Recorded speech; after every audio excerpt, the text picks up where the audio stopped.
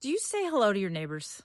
Like when you're on a walk, and you pass somebody else walking, do you say good morning? Do you say hello?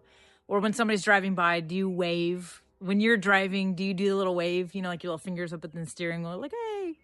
Do you do that with your neighbors? If somebody waves at you, do you wave back? If somebody says good morning when you're on that walk, do you say good morning back? Do you ignore them?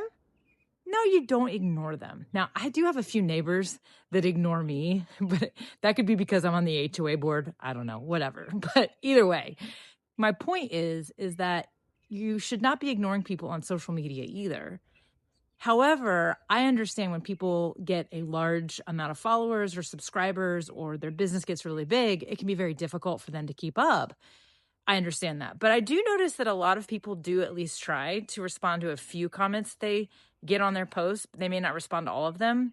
But this is another reason why when you have a smaller audience or you're in that phase of your business when you're not, large and in charge, if you will, you actually do have the time and you should spend the time engaging with your audience as if they're engaging with you. Even get in the DMs with them, send them the audio messages.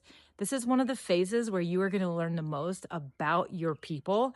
And it's going to actually contribute to the future of your business and what you do, because this is the time when you can actually have these intimate sort of relationships with your audience members, which will also become your biggest fans and your biggest advocates down the road. And they will be your lifelong fans.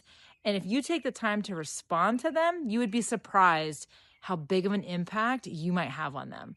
To this day, I still talk to people that I actually started engaging with years and years ago. I even have some people who have grown and have become what I would call a big deal, who I still get to engage with, and they respond to me because I was engaging with them before they became a big deal. And so you never know what kind of relationships you're going to build. But I will tell you, like I said before, this is not the time to ignore your small but mighty audience. This is the time to go all in and focus on them.